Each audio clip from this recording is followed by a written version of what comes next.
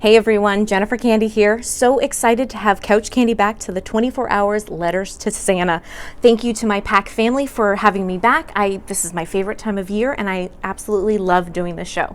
Speaking of family, I am so excited for my guest today. You would have known him as Toby from This Is Us. He's in Stranger Things as Benny the Chef, and you might recognize him as Taserface from Guardians of the Galaxy 2. He's one of my good friends and my favorite brother-in-law, Chris Sullivan. Enjoy. There we go.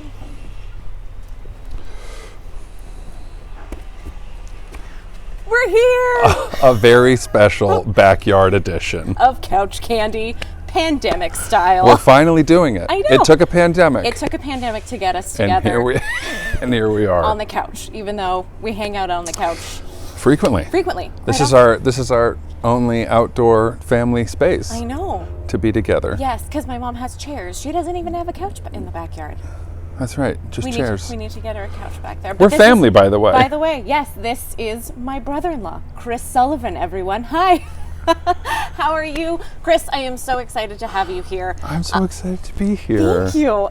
For all of those at the 24-hour Letters to Santa right now, wanting to know what this is Couch Candy. I'm your host, Jen Candy. This is my brother-in-law and good friend, Chris Sullivan. And I ask all of my guests on the couch what their favorite candy is. And you said? I said C's candy. Yeah. It's you brought it here today. And I actually brought two. Because then we don't have to cross-contaminate and perfect, because we're eating this. We're going to open it. There's, I think, a chocolate variety and soft centers. And for those of you who are not familiar with C's candy, it's particularly popular around the holidays, but it's available year-round. It is a California candy company. Yep. But I didn't know this. Did you look this up at all? Probably Today not. I looked it up and I was like, come on, let's see if I can learn. Not only is it a Los Angeles candy company, started in Los Angeles in 1921 by a Canadian candy maker. I did not know that. How fitting. And then you suggested C's candy way before you even Way looked before, that up. Because it is my favorite. And I usually only eat it around the holidays. I know, so do because it starts getting passed around in this beautiful, you're gonna open special holiday wrapping paper. I know, it's fabulous. There's in Toronto, there's a company called Laura Secrets, which is an equivalent to C's candy, and then I think Chicago is then Fannie Mae. Right. So there's like a whole but this has to be the box that Forrest Gump was referencing, right? Oh, I would think so. I would definitely think so. Mr. C, I can't remember his first name, but he moved to Los Angeles with his wife and his widowed mother, Mary, and that's her on the box. Mary C. And then you get these wonderful assortments. And when I was a kid, they didn't have the little guide. Now it comes with a little guide. Well, this is nutritional. California. We don't want. It still has no guide. And this is life is like a box of chocolates. You just have to guess. And I'm going to go, this one, it kind of gives itself away. So I'm going to start light with a little coconut. Okay. I'm torn. I like anything with like a texture. So I'm going to go with that one. And I'm really excited. Oh, chocolate. Like a chocolate ganache. Chocolate ganache. Truffle. And then you just set this on your counter. And it's gone all through the holiday season. Okay, and we'll just see. We'll you leave yours open. And we'll see how much candy we get through. Oh my gosh, that's so delicious. It's a good thing I have something to drink. Because I forgot how rich they are. Cheers. Very rich. So, Chris. That's a lot of chewing right there. It's so delicious, though. Do you remember when we first met? Vaguely. Our very first meeting? Well, yeah. So this is hazy to me. Because I was trying to think back. We also went to college together. Yes, so this is the connection. So Chris Sullivan and I went to Loyola Marymount University. We were both in the same theater department. Correct. And I don't think I officially, we had classes together, but I don't think I officially met you until maybe my sophomore, junior year. Right, it was later. Where we actually hung out. But we took classes together, and I always remember you were slightly intimidating just because of how tall you were. I was a large person. And you wore a trench coat. Yeah. And you drove your Mustang. Right. And so I would always be driving around on campus, and I would see you walking to your car or to a class, and you just had this persona about you that was like, ooh, I don't know if I want to go up and talk to him. But little did I, I was completely wrong. No. But it was also, God, I was trying so hard. I was trying trying on characters. Right. I had moved away from home, and I was like, well, who could I be? I could be anybody I want in college. So let's try on a couple, and they were all unfortunate. The first one was a little intimidating for me. But then it was fun because you're a big softie. And then I remember I either had to direct you in scenes or something. Was it Ron Marasco's directing class? There was Ron Marasco's directing class and Diane Benedict's. There was something, I just remember picking Monty Python sketches and having you. Oh, fun. We did Monty Python. Yeah. It's all hazy I remember. to me because it was so long ago. Not saying that we're old. It was just. But also we are. We also are old. Yes. But it was a long time ago. So I remember doing that. And I remember Ron Marasco's directing class, which was insane in itself. Yeah. But then for my senior thesis, I directed Little Shop of Horrors. Correct. Where I asked you to be my co-director. No, I was a straight up assistant director. Assistant? I like to call you co-director. Well, we were just, it was a good reason to hang out. That's essentially what we did. Because you directed it the summer after we graduated, right? Yes, because the slots were full they already had booked everything. Right. And so I stayed an extra semester. Kind of? I don't know. But we all graduated at the same time. Yes. So I was graduated. I was able to walk. But then I put on Little Shop of Horrors in the Del Rey Theater afterwards. Yeah. Yeah. Boy, it all is so hazy. But I always like to think of you as my co-director because I don't remember directing very much of it. I just remember producing more. And I remember you sitting and being like, okay, this is what we do. But we took... I remember driving around the city looking for giant plant costumes. I remember... It was more just like, hey we could hang out for a couple months. Yeah, and this would be fun. I remember you doing voice-overs for the intro because it was based off of the play, but we also took a little spin off of the movie as well because we added my dad's character in. Your dad's voice was in there. And we added that in the radio. And the intro you did the intro to Little Shop. And I remember, I have them still because they show up on my iPhone every once in a while of you did a version of Kermit the Frog doing the intro of like a long time ago. I have to find it. You have it? I have it. I will put them up somehow on Instagram during this whole 24 hours. I'll post different things so that you guys can see photos of Chris and I from Little Shop. Right. And then also, I've just got a whole fun show. So you have to stay touched. But what is your recollection of the first time we met? Met. I remember the first time. There was a part that I remember we were sitting at the front of Lion's Den. Yeah. The Lion's Den. Yeah, this is a great story. So we're sitting out in front of the mess hall. Yeah. And we didn't know each other that well at this point, but we had started hanging out. And I think I asked you if you knew that John Candy's daughter went to school with us. Right. And I think I even knew she was in the theater department. Yes. And I think I even knew your last name was Candy. Right. And my brain was just like, did you know that? And you were like, and it took you a quick second to be like, are you joking? fucking with me? It's like, this is funny. It's okay. It's adult. We can swear. We can say whatever we want. And yeah. And I do remember that. And I think Brian was like, do you remember the first time? And I was like, Brian is my husband. And my brother. My younger brother. But that's how he's like, tell that story. I was like, oh, right. I sometimes forget about that story. Yeah. It was very early on in our friendship, but I think that locked it in. Which I think was always so funny. So okay. Candy break. I know, candy break. Let's see. I'm going to talk, so I'm not going to eat because they're just so deliciously good. Born in Palm Springs, moved to Sacramento, Los Angeles for LMU. Then you moved to Chicago. And then Chicago to New York back to LA. So you've done a lot of traveling. I lived in Chicago for a while. The year that I decided to move back to LA was the year that this guy decided to come to Chicago. So we lived in Los Angeles together after college. Yep. Then you moved to Chicago for what, 2 years? 2 years. I couldn't handle the winters anymore. Cool. A year and a half into you living there, I moved to Chicago. Yes. And you were there for another 6 months. And then you moved back to LA. And then I moved back to LA. And then you stayed there. Right. And you, in between all of that, got to travel so much different places. You were defending the caveman at the time, and that took you everywhere. What was your favorite place you've ever traveled to? It doesn't have to be for work. It could just be for fun or vacation or anything like that. You've been everywhere. One of the cities that I love spending time in, that I probably spent the most time in and without living there, is Portland, Oregon. Yeah. Where our good friend Isaac Lamb lives. Yep. Amazing art scene, amazing theater scene, amazing food, and just an overall kind of chill vibe. Yeah. I haven't been to Portland yet. Have you not? No. Oh, we'll take a family trip. I know. I've always wanted to go up there. I've had so many friends up there that we just once things open up. Courtney Freed lives there. Gina, of course. Everyone's up there. I think Portland is my favorite place. Now, the most recently, right before the shutdown, we were traveling internationally, and we went to Zermatt, Switzerland, which is a tiny little ski village at the foot of the Matterhorn. Wow.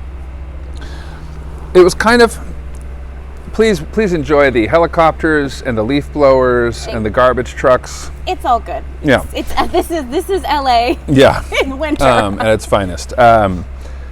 And it was one of those places that I would have never thought to have gone, but the people we were traveling with, like, we should go check it out. And you cannot drive there. Right. You park at like the bottom of the mountain, and then a train weaves you up into the mountains.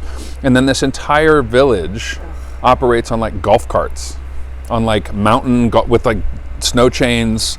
Different than Catalina, because Catalina right. is golf carts everywhere. Right, and these are all like enclosed, like little service vehicles. How amazing. And it's a very old town, and it has, that part of Switzerland kind of borders Italy, so it has a lot of Italian food and German food, and it's just, it feels like Disneyland. It feels like the real life Matterhorn Disneyland. That's exactly what we're Disneyland fanatics, freaks. Yeah.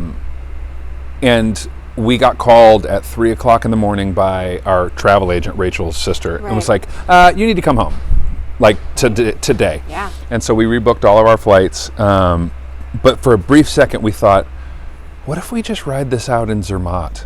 What if we just stay in this little Swiss ski village? And it was definitely one of my favorite places I've ever visited. Oh, that's another place I need to go. Yeah. There's so many places to travel to, but that's fabulous that you were able to go there right before the pandemic shut down and all that. And to be honest, looking back, we shouldn't have even been traveling. Yeah, but we, you kind of think, because let's be honest, the communication was not very clear in the beginning with certain parties. So, Yeah. But we made it back safe and sound. We made it back here safe and sound, which was fabulous. So you lived in Chicago for this is another fun story because of our connection and love for my dad. There, and I might be giving it away, which is poor, interviewing on my part. Whenever your agent would call you in Chicago, you had a photo you used to tell me would pop up on your phone. And so my real favorite, one of my favorite candies is Rose Candy, your mom. Yes. And Jen's mom used to host all of us when we were in school, and it was kind of like our LA home, and she was our LA mom, and we would all sit in the kitchen, and she would tell us about your dad and tell us stories and talk to us about her experience with the industry and the acting industry. But she told us the story about your dad that early on in Canada still, right? I believe the story still took place in Canada. Definitely took place there. One of his first agents, he used to go to the agency once a week and just sit in the lobby and read the paper.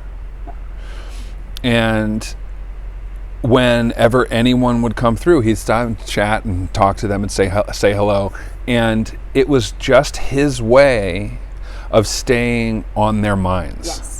Like staying in the forefront of their minds, so that when auditions and things came through, they'd be like, John. And I was like, he hasn't left yet. Yeah, he's still here. In fact, he's in the lobby. I'll be right back.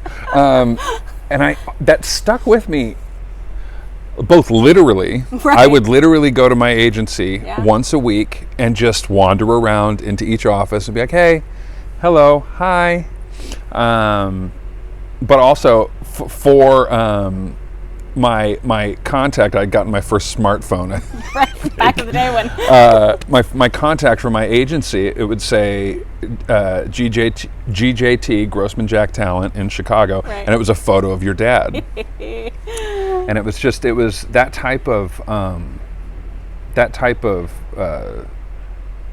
kind of, I don't know, determination, Yeah. like a quiet determination. It's your version of a vision board almost. Right. You're saying, it's like, you kind Right. of are like, oh, here's someone that, I love hearing the stories. There's a memory to it, but it Yeah. also reminds you, and then kind of being like, oh, Right. this is like a nice little nudge in the right direction. Right, to Positive. pursue, Thing. a positive, humble pursuit of what you want, and that it requires action. Yeah. You can't just So you sit by the phone No. and wait. No. So why don't you go to the office? I know. And my mom still says this. Why don't you just call your agent? Why are you doing this? Like, you need to do this. And Say it's like, hello. no, you Yeah. always say hello. Nowadays you send emails. Or Right. I always love calling. So it's like, call your Right. agent, talk to them on the phone, and just be like, hey, what's up? Right. So that they always remember that you're there. Right. And it's a very hard thing to do in Los Angeles. It's not. It's It's actually not. not. You can do it. You could get escorted out. But in Chicago and New York, it's Yeah. much easier to like. And I think Toronto too is too, 'cause Yeah. it's a little bit more family based and familial, and you kind of are like, hey, let's come hang out. And also, like back in the day with my dad, it was like you just sat there and you just, people Right. got to hang out, and that's Right. how there wasn't emails and there wasn't really Right. faxes yet. Right. So the only way you could, Right. they remember you as like stalking. Hey, he wasn't bugging anybody. Just read the No. paper. And he was great at it. Yeah. He did, and I think it worked out well for him. Clearly. It clearly worked Clearly out well worked for him, out. and it clearly worked out well for you. Yeah, I mean, it just lets people know that you're invested and that you're serious and that you're excited, but you're not in the way and you're Yeah. not bothering anyone. And you're not desperate. Like, you don't Right. want to come across like, Right. hi, do you have anything for me? Do you have Right. anything for me? There's Right. like something going on. It's Right, all, that's what she would say. He would never talk to anybody about the business. I know. He I would know. just say hi and read the paper. I I know. love it. I know. Okay, so it worked out well for you. Yeah. You ended up you were Chicago, you did plays, commercials, all that fun stuff. You went to Yeah. New York, you did Broadway, Lombardi, Chicago, a whole bunch of other things. Then you came to Los Angeles, Mm-hmm. where you were doing films and stuff like that. And you ended up landing Toby on This Is Us. This Is Us, yeah. Which everyone absolutely loves. I love. Yeah. It's a love-hate relationship because I hate being sad. We got to process these things. And you also don't tell me anything, which is also Right. aggravating because you're really good at keeping Keep secrets it. and stuff like that. So my question to you is, what, as like for a This Is Us fan, like what is it like being Toby, and kind of like what's that family like in real life for you? Like that's something that a fan. Here's the thing: you talk about this character with so many people in interviews and stuff like that. Yeah. So No, that's really. I just am curious. What's something that someone might not know? I think I think the interesting part about this particular group of people, this cast, is that it has a Chicago feel to it. Right. I heard it put very well a while back that Chicago is an ensemble town. Right. There are no stars in Chicago. Like it's a group of, and I felt this way when I was there. It's a group. Acting is both a passion, and theater and art and improv and comedy and music and all these things. They're passions, but they're also, because the way Chicago is set up as an affordable city for artists. Right. It's a job. So much now, though, affordable. But yes. At least then it was. I know, like it I, was. I had my own apartment, like a 1-bedroom apartment No. for $650 a Yeah. month. Like No, it was great. And my dad went out there. And when you're talking about like that familial, that family kind of unit Right. with the set, it's like that's what Second City was, and that's Right. what my dad loved about that aspect is that it felt like a family. It was Right. your extended family for Right. the longest period of time. So and there's an army of active artists, Yeah. because they can afford to live there and maybe have their job, but also show up at night and get on stage and I went through the IO and that was a whole different family, and it provides, I don't know, it makes Chicago, the artistic community in Chicago makes it feel like it's all possible. Right. And that's why I love being in Chicago. Right. It was just, I right. didn't want to quite move back to Toronto yet. Like Chicago Right. was like the next best thing in my mind. That's like Right. that's where I wanted to go after college. It's like, okay, I've experienced Los Angeles. Now I need to experience Chicago and all Yeah. that it had to offer there. Exactly, and I feel the same way about the This Is Us cast. Yeah. It's a group of people who are dedicated to the work, who are showing up,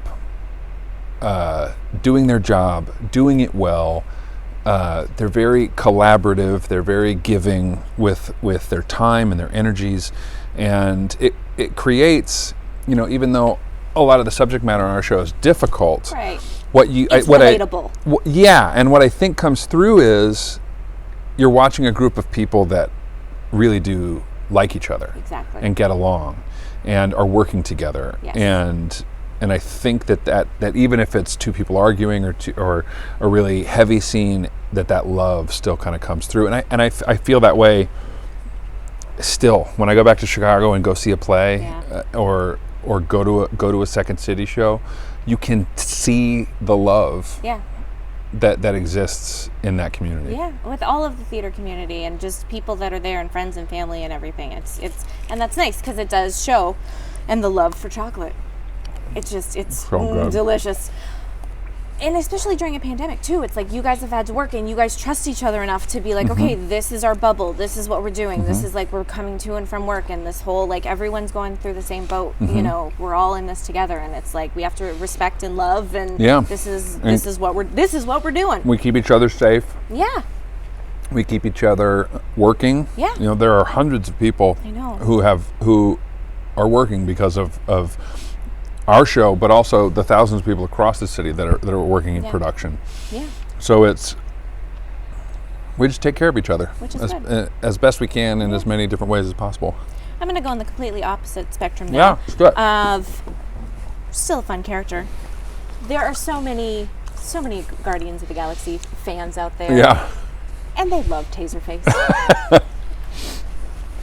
What was the process for your how was that fun, frustrating? It was terrifying. It was terrifying. Like, when you show up to play a role, Yeah. you've done your audition. You go, I'm kind of going to do that. Right. And it's your face Yeah. and your voice. And it kind of didn't occur to me until the first day of shooting when I got into that makeup and put those big fake metal teeth in. Yeah. And they put those contacts in my eyes. I was like, oh shit. What am I going to do? What am I going to do? Yeah. No. How do you sound the way this guy looks? And I panicked. I was in my trailer doing voices and like trying to figure out, first of all, trying to figure out how to make clear words come through these teeth, which is why every monster in every movie talks like this, because it's impossible to make sounds. Oh my gosh. And I was panicking. I was doing accents. I even came to James Gunn and tried like a weird, like Slavic Russian accent, because I'm like, this guy kind of looks Eastern European, right? Like he's got like a little bit of that going, and that was nixed, obviously. Oh my gosh. And then just kind of jumped right in, and the whole thing was a blur. Those full eye contact lenses, literally the whole thing, I couldn't make out. You're in contacts like that where you just kind of are like, you're like, you can see people like, oh, this is a little squint weird. a little bit. And they have all these medical technicians on set giving you eye drops all day long. And it was, at the end of the day, they'd cut up the back of the makeup and you peel it off your face. It was an insane experience, but it was kind of but it was fun. It was terrifying and fun. 100% a great time. It was just like it was all a blur, literally, emotionally, literally. But I got to play a space alien pirate, which is awesome, which is fabulous. Yeah. And Chris, this is all the time that we have because there are so many other things lined up for tonight at 24 Hour, and I just want to say thank you so much. Thank you for having me. We're doing this in between, your son's nap and my son's hopeful nap. I don't know. I think we're being beckoned. Now we're going to go have In-N-Out. Exactly. Delicious. Thank you guys so much for being here. Chris, thank you so much. My pleasure. Be safe. Have some C's candy or any type of candy, and we'll talk to you guys later. Bye. Fun. Thanks.